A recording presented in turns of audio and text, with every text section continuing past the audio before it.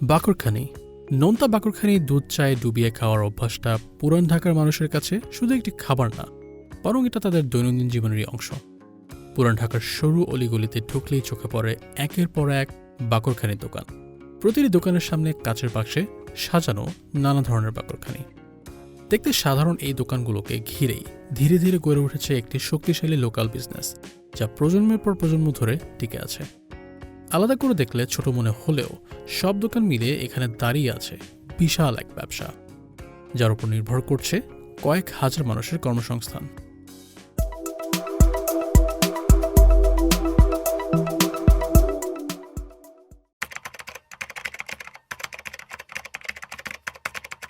ঠিক কবে পুরান ঢাকায় বাকরখানি খাওয়ার প্রচলন শুরু হয়েছে তা নির্ভরযোগ্য কোনো সোর্স থেকে নিশ্চিত হওয়া না গেলেও বিভিন্ন রিপোর্ট বিশ্লেষণ করলে দেখা যায় লালবাগ কেল্লার আশেপাশেই গড়ে উঠেছিল বাকরখানির প্রথম দিকের দোকানগুলো। হেকিম হাবিবুর রহমানের লেখা ঢাকা ৫০ বারস পাহলে বইটিতে সুকি ও নিমসুকি রুটি অর্থাৎ বাকরখানির উল্লেখ পাওয়া যায়। পাশাপাশি বইটিতে গাউজবান কাশ্মীরি বাকরখানি নামের বাকরখানির কথা উল্লেখ পাওয়া যায়। তবে বাকরখানির পেছনে রয়েছে এক করুণ প্রেম কাহিনী। কিংবদন্তির ঢাকা বই থেকে জানা যায় মুর্শিদ কুলি খাঁর শাসনামলে তুরস্কের অধিবাসী আগাবাকের ছিলেন সেনাবাহিনীর একজন উচ্চপদস্থ কর্মকর্তা। সে সময় গায়িকা ও নৃত্যশিল্পী খনি বেগমকে ঘিরে আগাবাকের ও উজিরে আলা জাহানদার খাঁর পুত্র জাইনুল খাঁর মধ্যে বিরোধ তৈরি হয়। পরবর্তী ঘটনার প্রবাহে খনি বেগমের মৃত্যু ঘটে। তারই স্মৃতিকে কেন্দ্র করে আগাবাকের একটি বিশেষ রুটি তৈরি করেন, যার নাম বাকের খনি, যা সময়ের সাথে পরিচিত হয় বাকরখনি নামে। তবে পুরান ঢাকায় বাকরখনিকে মূলত সুখি, নিমসুখি বা সুখা রুটি নামে ডাকা হয়। তন্দুরি শেখা, পাতলা খামির আর নিখুঁত সময়জ্ঞান, এই দক্ষতাই পুরান ঢাকার বাকরখনিকে আলাদা করেছে। বর্তমান সময়েও পুরান ঢাকার নাজিমউদ্দিন রোড, শাঁখারী বাজার, বকশী বাজার, নারিন্দার মতো এলাকাগুলোতে পরিবারভিত্তিক কারিগররা এই বিজনেস চালিয়ে যাচ্ছেন। আমি এগুলো তো কাজের সাথে জড়িত 2001 সাল থেকে করি। অনেকদিন যাবৎ বা আমার বড় ভাইয়েরা করতো, বাবাই করছে, চাচারা করে।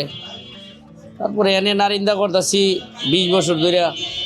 আমার ভাই করতো, বড় ভাই করতো, বাবা করতো না, বড় ভাই করতো, চাচারা করতো। আমার ব্যবসার সাথে আমি আছি, আমার বড় ভাই আছে, আর এমনি কাজের লোক আছে, আরও ভাই বাতি যারা আর অনেক আছে। কাজের লোক আমরা 4 জনে কাজ করি, আমি সহ আরও 3 জন আছে। আসসালামু আলাইকুম, আমার নাম মোহাম্মদ পারভেজ মুশাররফ।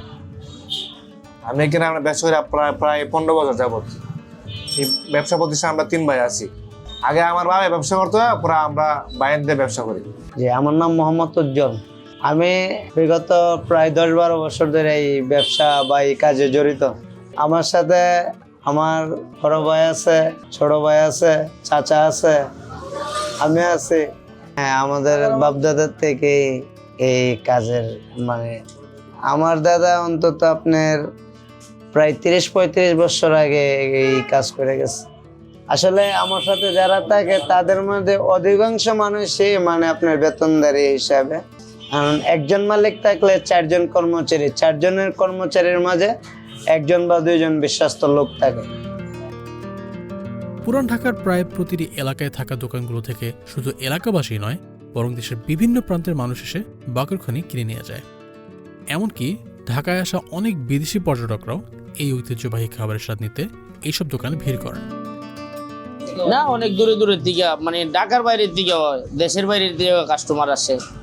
যেমন প্রতি সপ্তাহে ভার্সিটির দিকে একটা গ্রুপ আসে, প্রতি শুক্রবারে অনেক বিদেশের লোক থাকে, প্রায় 10-15 জন, সবাই নিয়ে যায়, খাওয়া যায়। একসময় দোকানগুলোতে শুধুমাত্র নোনতা এবং মিষ্টি এই 2 ধরনের বাকরখনি পাওয়া গেলেও বর্তমানে এই দোকানগুলোতে ঘি, পনির, তিলের মতো নানা ধরনের বাকরখনি পাওয়া যাচ্ছে। নিয়মে কি ওই তো মাল কিছু ডিফারেন্স, কেউ কেউ কোনো মাল আগে যেমন ঘি পনিরগুলো বানাইতাম না, অনেক বানাই। আগে ওইসব অর্ডার আইতো বাসার থেকে, যেমন কেউ গুস নিয়ে আইতো, কেউ পনির নিয়ে আইতো, কেউ বাসার থেকে ঘি নিয়ে আইতো, আইলে বানাই দিতাম। আমরাই বানাই রাখি। অনেকে রেডিমেডই চায় আর কি, বাসা থেকে নিয়ে আসতে পারে না, সময় হয় না। আমার এখানে 3টা আছে, নিমসুকা, মিষ্টি, কাচ্চা। নিমসুকা চাহিদা সবচেয়ে বেশি। ঘিয়ের বাগানি আছে, পনিরের আছে, তিলের মিষ্টি বাগানি আছে, কাচ্চা বাগানি আছে, আর একটা আছে নিমসুকা, ওইটা নিমসুকা। আমাদের এখানে আছে নিমসুকা পাতলা রুটি আছে, নিমসুকা কাস্তা রুটি আছে, ঘি আছে, পনির আছে, তিলের ভাজা আছে, চিনি রুটি আছে, 6 আইটেমের রুটি আছে আমাদের এখানে। মূলত আগের দিন রাতেই শুরু হয় খামির তৈরি। ভোর থেকে দুপুর পর্যন্ত চলে তন্দুরে বাকরখানি বানানোর কাজ। সারা দিন বিক্রি চললেও মূল বেচাকেনা শুরু হয় বিকেলের আগে, যা রাত 12টা পর্যন্ত চলে। আপনার রাত 12টার দিকে খামির গোল্লায়, সকাল 6টা থেকে কাজ শুরু করি, তারপর আবার 2টা বাজে অফ, 2টার পর থেকে সন্ধ্যা 6টা পর্যন্ত রেস্ট, তারপর সন্ধ্যা 6টার পর থেকে আবার রাত 12টা পর্যন্ত। খামিরটা দিতে আসলে আপনার কিছুই লাগে না, শুধু আপনার ওই যে তীর ময়দা, সাথে লবণ, পানি, তেল, এতটুকুই। এটা টেস্ট হওয়ার কারণ হলো কি আপনার মাটির চুলা আর কয়লা দিয়ে হলো মানে এটার মূল কাহিনী। বানানোর প্রচেষ্টা আপনারা খামির করে দিব সকালে বুড়ে, খামির করার পরে তারপরে চুলা জ্বালাই দিব। চুলাটা প্রায় 2 ঘন্টা জ্বালাই দিব। 2 ঘন্টা জ্বালানোর পরে চুলাটা আগের দিনে যে বানানোটা হয়েছে এটা পুড়ে যাবো, শুকাই যাবো। পরের দিন থেকে আবার মাল এটাতে হইব, নাইলে এমনি মাল লাগবো না, ছেড়ে দিব।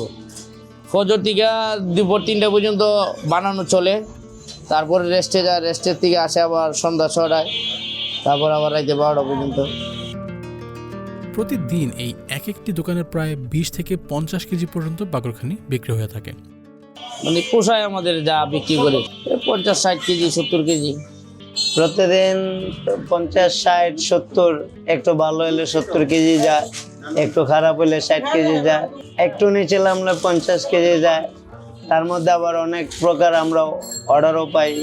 মানে আপনি যে কোনো ধরনের আপনার মাল লাগবে, আপনি শুধু অর্ডার করলেই হবে। যেমন এই মাস শেষে আপনার 10-20 হাজার, 30 হাজার যাই পাইলো। আমরা আপনার প্রায় বেচাকেনা করে আপনার 9 কি 10 হাজার টাকা বেশি আর কি। এর আপনার তিন পদের মাল আছে, 2 পদের মাল 200 টাকা কেজি, আর নোনতা আপনার 180 টাকা কেজি, মিষ্টিগুলো 200 টাকা কেজি, আর একটা ছোট কাচ্চা এর 200 টাকা কেজি। এমনকি বর্তমানে কিছু বাকরখানির দোকান ট্রেডিশনাল তন্দুরের বদলে ইলেকট্রিক ওভেনেও বাকরখানি তৈরি করছে। আমাদের ব্যবসায়ীটা আগে ছিল তন্দুরে, এখন হলো ওভেন মেশিনে। আগে ছিল তন্দুরে ভালো ছিল, খাওয়া একটু স্বাদ বেশি ছিল, কিন্তু এখন স্বাদ এরকমই আছে, কিন্তু পাবলিক মনে করে স্বাদ এটা কমে গেছে। হ্যাঁ, আগের থেকে মাল বেশি বানানো যা ওভেন মেশিন হওয়ার কারণে। অন্যদিকে অনেক কারিগর অন্যান্য পেশায় সুযোগ পাওয়ায় এই পেশা ছেড়ে যাচ্ছেন, যার ফলে বর্তমানে বাকরখানির দোকানের সংখ্যাও কমে যাচ্ছে। ওই ব্যবসাতে মানে এগুলো বাওখানি ব্যবসা, যেমন অনেকে নতুন নতুন লোকরা, আমরা যারা পুরান আছি, আমাদের মনে করেন এখন এগুলো করে পোষায় না। স্টাফ খরচ বেশি, তারপর জায়দামালা বেশি, কারিগর পাওয়া যায় না। মানে অনেকেই ছেড়ে দিছে, যেমন আমার বন্ধু বান্ধব 4-5 জন ছেড়ে দিয়ে অন্য অন্য ব্যবসা করতেছে। সবশেষে বলা যায়, বাকরখানি কেবল একটি খাবার নয়, এটি পুরান ঢাকার ইতিহাস, কারিগরি দক্ষতা এবং স্থানীয় ব্যবসার অংশ। সময়ের সঙ্গে ব্যবসায় অনেক পরিবর্তন আসলেও এই রুটি আজও পুরান ঢাকার সংস্কৃতি ও লোকাল অর্থনীতির সঙ্গে গভীরভাবে জড়িয়ে রয়েছে।